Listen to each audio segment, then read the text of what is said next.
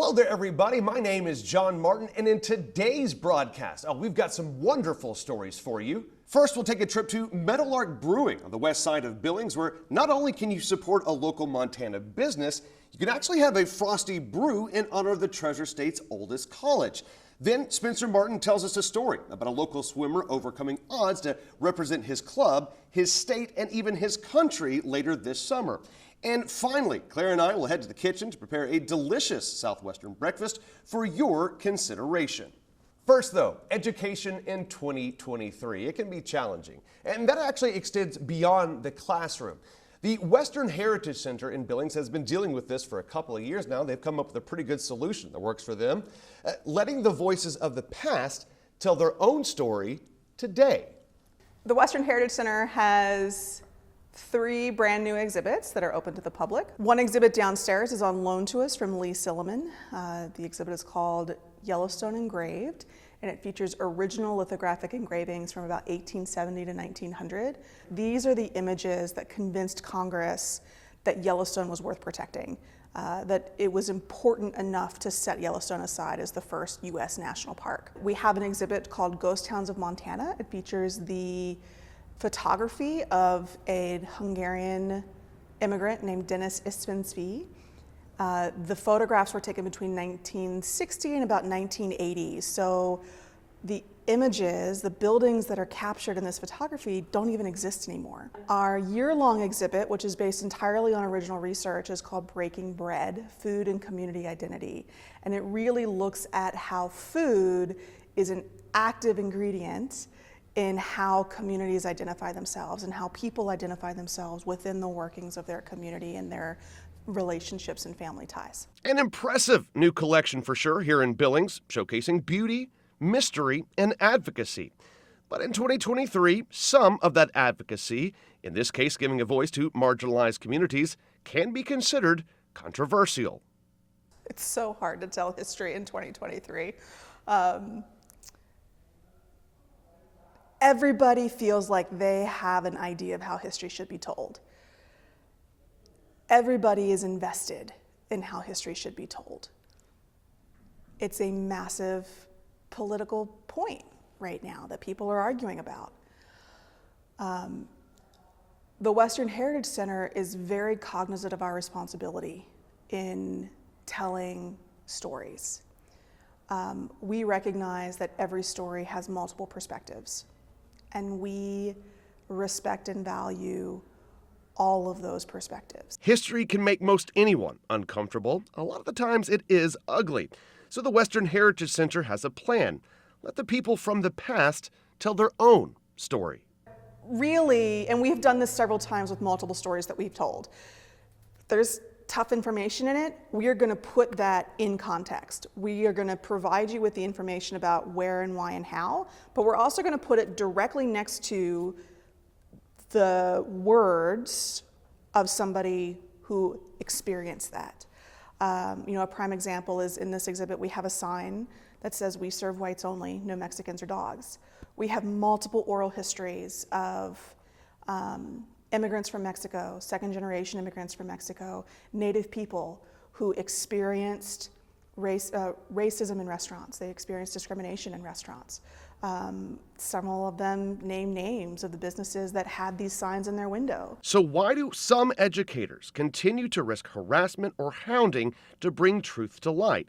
Well, rarely do things grow or change without testing bonds, without testing limits. If we are satisfied to stay within the limitations of how we live, that's great, nothing gets better. You're satisfied to keep a status quo with that. And as a historian, that can be frustrating because history happens in cycles.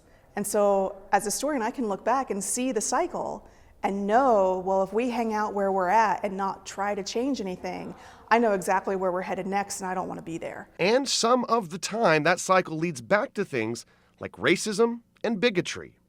I think anytime things get hard, you lose your job, you can't afford your rent, groceries are expensive.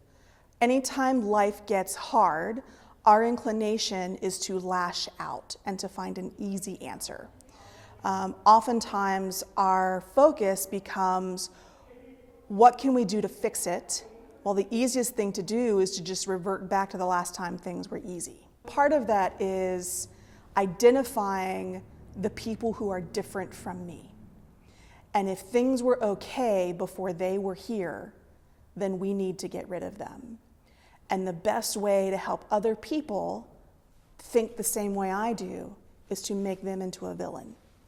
And so let's capitalize on a generalization or a feature or something that just kind of makes us uncomfortable, and let's amplify that to turn them into something else. Because if I can make other people think that they're not entirely human, then it's easier for us to discriminate against them, it's easier for us to dislike them, and it's easier for us to push them away without feeling guilty ourselves. Not always about minorities. A very specific example of this can be seen in the early 20th century after the ratification of the 19th Amendment. Great Depression hits, and one of the first things that happen is that there are federal laws that bar women from the workplace, that bar women from higher education. There is a federal law that says it is illegal for women to earn the same amount of money as a man doing the same job. Because the mentality is, well, we just need to make everything the way it was when everything was okay, and all of the problems will be fixed again. Again, history can be uncomfortable, but that is not the mission of the Western Heritage Center. Our goal is to help provide you that information, that contextual information, so that you can make better decisions moving forward for you and your family. According to the Lincoln Business Guides, there are more than 249,000 small business employees in the state of Montana. That actually equates to about 67% of all payrolled employees in the state. Well, let's visit a few of those fine folks right now at Meadowlark Brewing on Billings West Side. When you're like a home brewer, and you have all your friends come over and you're all excited and you give them your beer and they're like, yeah, it's pretty good. And like, do you want another one? They're like, no. But if they have a second one, then you know you're doing something right. And so you take that little bit of encouragement and you really start to build on that. Travis Peterson took that momentum and started Meadowlark Brewing in his hometown of City, Montana in 2014. After years of success in the Mondack region, he began to look for an avenue of expansion, eventually setting eyes on the Magic City. It's always been a hub for, the people that live in eastern Montana. We used to come down here for weekends as like vacation. And so Billings seemed like a really natural fit. We still had access to all the people that we had curated as fans of our brand and of our beer. And now we can reach out a little bit further in all the other directions. Almost immediately, folks in Billings embraced this West Side brewery. I think people can relate a lot to craft breweries because they're small businesses. Very easily people can walk in here and say, can we take a look in the back? And yeah, they could have me as their tour guide, right? But also we're using a lot of local products. Right now we're using about 98% local malt for any of our beers. And so people, when they hear that we're buying directly from farmers, I mean, that's like one more touchstone of how we keep our community dollars circulating in our community. Another way to show their commitment to the community, Meadowlark embraced the long-standing institutions that helped shape this city. One of our staff, Kelly, had some connections with Rocky Mountain College.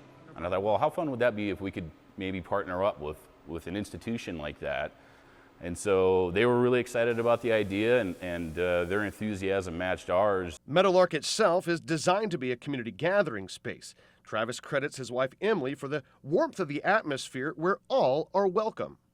And we incorporated things like the kids space because, I'm a father of 4. I know what it's like to go out and try to get a bite to eat with your kids, and it's kind of one of those rushes for parents to like hurry up and eat before the kids kind of implode or explode. But yeah, we wanted to be a community center. We love doing events here. We love helping with fundraising, and we really wanted families to come in here. So that was a big target for us. We are all about inclusivity, and we're all about trying to be a big part of what this community is. The Billings Aquatic Club has produced elite athletes over the years. Some of these folks have gone on to compete in Olympic trials or swim at major Division I colleges. Well, Spencer Martin's going to introduce you to another young man that you can add to that list. They drop their hand and that light goes off and the sound goes off. I mean, it's go time. An ideal start at a swimming meet, but things don't always go to plan, especially when you need a little bit extra help if you're hearing impaired. The things that he has to deal with are completely different than any other swimmer has to deal with. There's been a couple meets where it's honestly not the official's fault, but there's been a couple meets where he gets left on the block. Siler Pizzolato is a competitive swimmer for Billings Aquatic Club and senior high. He was born with severe hearing loss in both of his ears and wears earplugs while in the pool, which, as you can imagine, can cause some challenges. Yeah, so I wear earplugs, and sometimes what's funny is that sometimes the noise is too loud or the noise is too quiet. Sai has quickly adapted and become one of the top swimmers in the state. He recently made the USA Swimming Futures Cut, which puts him in a tier with the top 1% of Montana swimmers in his age group. This summer, Sai will get to see how his speed in the water stacks up against top competition when he dives into the World Deaf Swimming Championships in Argentina. 30 countries, 300 swimmers plus, and there's kids that are going Olympic trial cuts in this meet and going at the Olympic trial level and swimming at that, high levels of swimming and the top 8 of this meet. So it's a really high level meet at the top end, and it's a great opportunity for him to see where he is. Marshall says it's something the family has been working towards for the past few years as Sai has developed into an elite swimmer. That said, Sai thinks his mom kind of signed him up without letting him know he'd be leaving the country. I don't even know if she asked for my permission, but she kind of just put me into it, and I was like, okay, I guess I'm going. And I didn't realize how big of a deal that was, and do it for Team USA. For the first time in his life, he'll be swimming in lanes next to other deaf swimmers, something Sai thinks will be a bit of an adjustment. Because you're going to another country, there's completely different people, but then you're also going to like a different type of event, and there's completely different people. I also have to learn a little bit of sign language because that's not my main form of communication. I have to learn new signs, and I have to get used around being like with those type of people. May need to work on his Spanish as well as Sai heads to South America for the prestigious event in August. So Sai is actually raising money for his trip to Argentina, and if you would like to help out, we do have a link to his GoFundMe on our website, nonstoplocal.com. All right, before we go, we're going to head back to the kitchen. When I say we're going to head back to the kitchen, I mean my wife Claire and I. This week we present to you a Martin Mott household staple, a delicious Southwest breakfast for your consideration. Welcome back to the kitchen, everybody. My name is John. This is Claire. Say hi, Claire. Hi, Claire. Now, this recipe is a staple in the Martin Mott household. The Mottons. The Mottons. The yeah. Mottons. This is like a Sunday morning, super easy, yet maybe you don't think about it. It involves bacon, cheese, potatoes, butter, and green salsa. And I'll tell you this, the less English you recognize on your jar of salsa, the better it is. It's true. It's true, yeah. So look for foreign languages. Actually, English, if you think about it, is a foreign language. Whoa. Here we go. So Claire has the bacon going in the oven about 400 degrees for 17 minutes. Totally depends on what your bacon says. Here's where we get real southern. So your diced potatoes might say to use olive oil. Nah, dog, we're using butter. A lot of it. All we're gonna do the bottom of the thing, like so. Spread her on out, and here, everything but the bagel, that's the seasoning that we're gonna use to get our potatoes just perfect, perfect. Perfect. There it is. All right, then we go like so. We're gonna let that rock and roll for about 6 minutes, flip her over, and then we start concocting, baby. You ready? Yeah, I'm ready. You ready? Let the people know you're ready. So ready. Oh, yeah.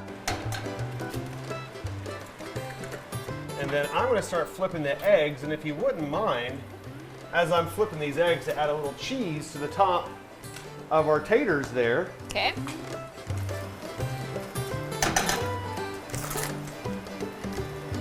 let's plate this up. Miss Claire, if you could bring over the potatoes Okay. and just kind of lay them out like a bed on this bed. plate, like a bed of taters.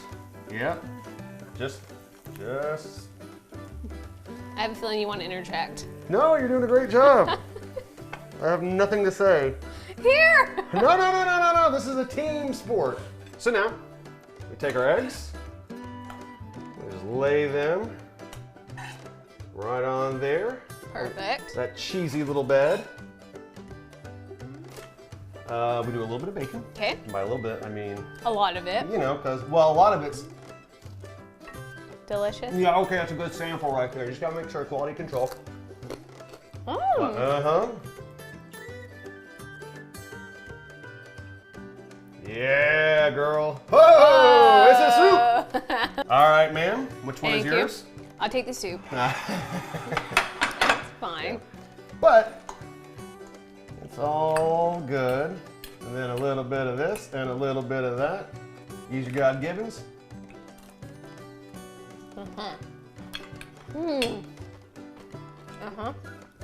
There it is.